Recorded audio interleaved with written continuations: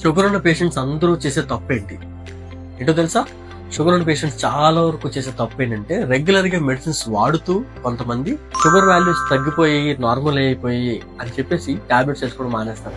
తగ్గిపోయింది సో అవసరం లేదు అని చెప్పేసి టాబ్లెట్స్ మానేస్తారు. అది చాలా చాలా తప్పు. అండ్ మోర్ ఓవర్ కొంతమంది ఏం చేస్తారంటే టాబ్లెట్స్ రెగ్యులర్ గా తీసుకుంటూ మళ్ళీ షుగర్ ఎంత ఉంది అని చెక్ చేసుకోకుండా same tablets years together continue చేస్తూనే ఉంటారు, మళ్ళీ చెక్ చేయించుకోరు. సో వాళ్ళకి షుగర్ వాల్యూస్ పెరిగాయో తగ్గాయో తెలియదు. సడన్ గా ఎప్పుడో ఒక 2 to 3 years తర్వాత చెక్ చేసుకున్నప్పుడు షుగర్స్ చాలా అన్కంట్రోల్డ్ గా ఉన్నాయనుకుంటారు. ఈలోగా జరగాల్సిన డ్యామేజ్ మొత్తం జరిగింది. ఇవి కూడా చాలా. మూడో తప్పు, కొంతమంది అప్పుడప్పుడు వేసుకుంటారు.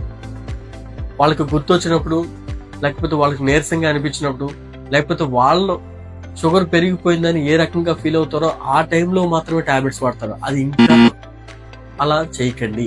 షుగర్ పేషెంట్స్ ఒక్కసారి మీకు డయాబెటీస్ ఉందని, షుగర్ ఉందని నిర్ధారణ జరిగిన తర్వాత డాక్టర్ ప్రిస్క్రిప్షన్ లేకుండా మందులు మార్చొద్దు, ఆపొద్దు. Thank you.